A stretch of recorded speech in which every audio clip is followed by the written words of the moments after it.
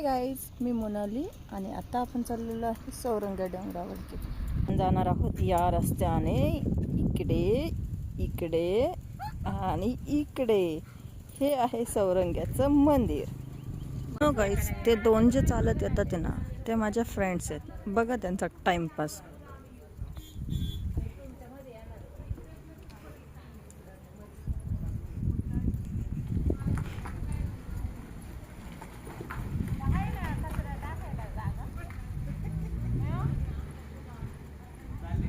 हे दोन दमलेले प्राणी विश्रांतीसाठी सौरंग मंदिराच्या गेट जवळ थांबलेले आहेत. आपण दत्ताच्या मंदिरावर आलेलो आहोत आणि हा आहे आजूबाजूचा परिसर.